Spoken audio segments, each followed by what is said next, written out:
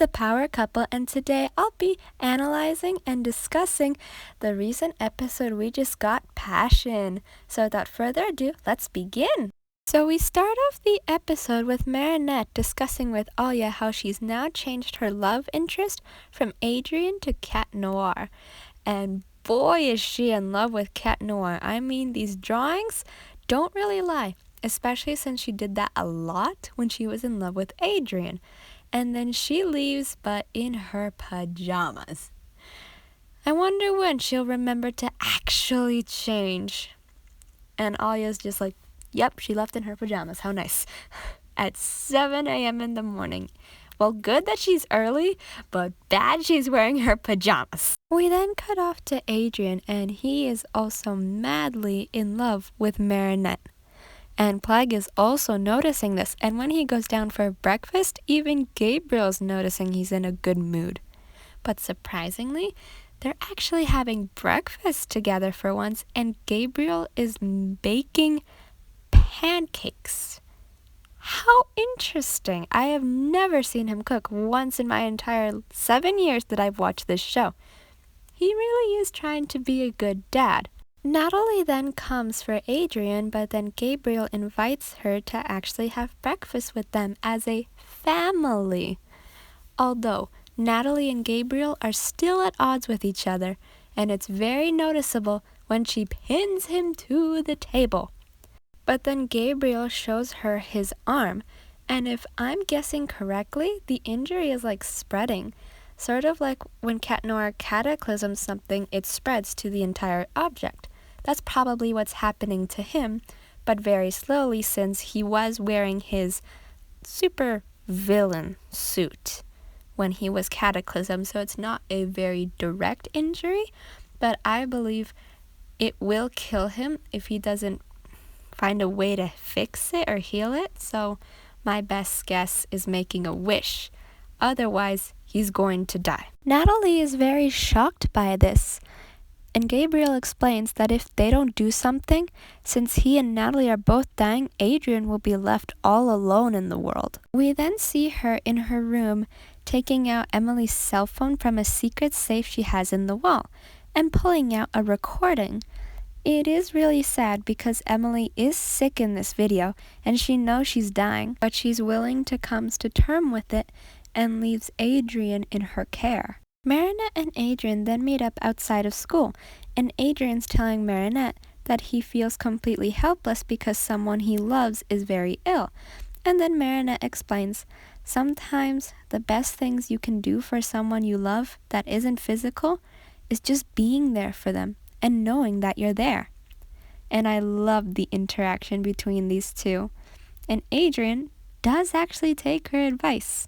We then see Tiki and Plague discussing with each other about the situation, and Plague is completely freaking out. But Tiki reassures him because she knows Marinette, and she knows that Marinette is just gonna create another fantasy story and all these crazy plans about Cat Noir that she's gonna ever barely have time for Adrian. Monarch then kumatizes Natalie into Safari, and she gets the power of passion and makes a box full of like weapons and a gun that shoots the power of a Miraculous, such as the fox, the bee, I assume the pig, but I'm not quite sure. We then see Marinette over the moon with joy that she gets to see Cat Noir again, just so they can fight an illusion of Time Tagger. I think this girl has gone a little bit above crazy, and we're about to see more of it, so hold your horses. We then see Ladybug ask Cat Noir out to the movies in a little indirect way, and then while she's trying to compose herself and bring herself back to the land of the living, she gets hit with the power of venom and is completely paralyzed. And then Cat Noir gets her to safety because the arrows are pretty much chasing him. And then he throws her over a moving bus. This boy's got game. And then they take shelter, and the venom, like gunshot or something like that, hits a statue of him in a very hilarious but embarrassing spot.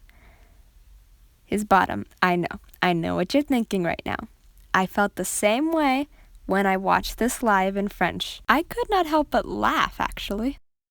Anyway, moving on from that, Cat Noir is about to de-transform and he's running through the sewers, obviously carrying Ladybug.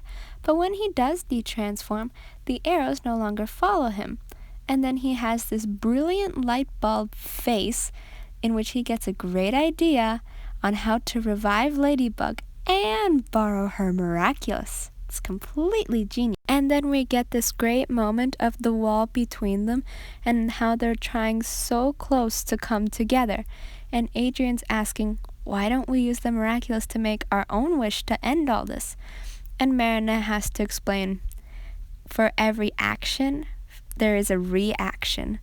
For every action taken, there's obviously going to be a consequence. And she uses an example. If someone is ill and the wish is to save them, then someone else would fall ill in exchange. And it does make sense because they do have the powers of creation and destruction. Whatever you create, something will be destroyed, and vice versa. And then we see Mr. Bug and Lady Noir make a fantastic comeback. And the way they're looking at each other screams, I'm in love with you. And what I mean by that is that she's in love with him, he's in love with her. Get together already, come on.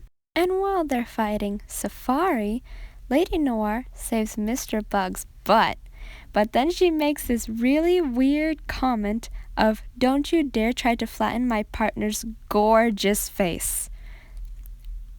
This is extremely odd, and if I were Mr. Bug, I would be incredibly creeped out right now. And then Mr. Bug grabs Lady Noir and they start, moving. I don't want to say flying because they're not really flying, to Gabriel Agrest's house to see if that's where the akumatized object is. And on their way there, Lady Noir just has to look at him like that. It screams love in her eyes. A lot. And then when she goes for Safari and she says, I'm the only one that can pursue him or follow him in their case. Wow, she is really in love with him. Enough to fight a villain for him? Well, I guess she knows now how Cat Noir felt like 4 seasons ago when she rejected him and he was madly in love with her. How fun. And then we see her with so much passion in her eyes after Natalie is deakumatized and Mr. Bug is talking about Monarch and how he's a monster. He is right, but he has no idea what he's referring to. He's referring that his father is a monster, but he doesn't know it yet. Although, there is a chance he may never know his father was Hawkmoth, Shadowmoth, or Monarch, because if Marinette or Ladybug were to discover it, I don't think she'd have the heart or strength to tell him that his own father was the ruthless villain that they had been fighting for months, and it cost him a lot, like emotionally and physically, and Marinette, the Kwamis, Master Fu, again, emotional and physical health, it had cost a lot, and it does take a toll, so I don't think she would ever tell him if she ever knew. But if Adrian were to find out, whoo, whole different story. And when they're about to go their separate ways, Mr. Bug asks Lady Noir, is she forgetting something? And then she goes on to say, a goodbye kiss? Okay, extremely odd and kind of creepy, although slightly romantic because it shows how much she is in love with him and how much she wants to kiss him. But she needs to get out of the clouds, so La La Land, and come back to the real world. To the real world. And actually come to terms with what you're doing here and what you're saying.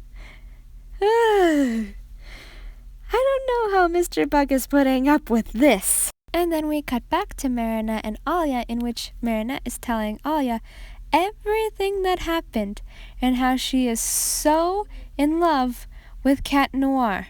But then Alia's just like, ugh. And Tiki is laughing because she knows that Cat Noir is no longer in love with her.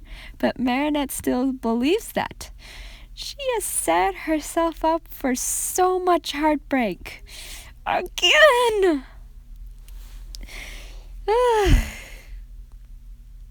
I don't know what I'm going to do with her. But if her heart breaks, then I'm gonna start crying. And then we see Adrien go to apologize to Natalie because he thinks it was his fault that she got akumatized. Of course it was not. So they hug, and then we see this interesting picture with Natalie, Emily, and Gabriel. So they were all like explorers or like hunters for ancient jewels. And I want to make myself believe that it doesn't look like Gabriel has a beard, but at the same time it kinda does. But I highly doubt that. So then Natalie asks Adrien about the girl he's in love with. And I think it's safe to assume that Adrien is going to mention Marinette to her.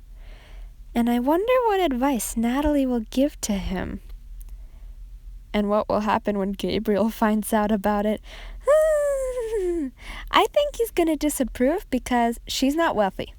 Main reason. And then we get this gorgeous end card with Mr. Bug, Lady Noir, and what it looks like Adrien and Natalie bonding.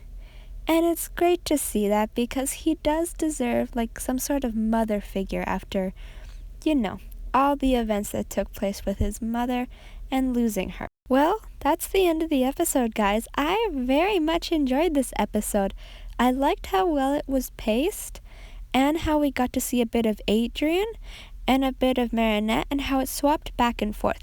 Though it was mainly Adrien in this episode, which I enjoyed because we really needed that. I am well aware that Reunion has just aired a few hours ago.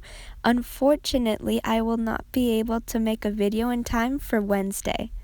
And I'm very sorry for that, but I get home so late there is no possible way for me to do it. But I promise I will have that commentary and analysis ready for Thursday, as well as the Illusion one as well. So you guys are lucky you're getting 2 videos in one day. Talk about a win-win. And I will mention the air dates for the future episodes. At the moment, it's just Illusion, which will be coming out tomorrow. But of course, these were just my thoughts and opinions on the episode. I would like to hear yours. Feel free to leave them down in the comments section below.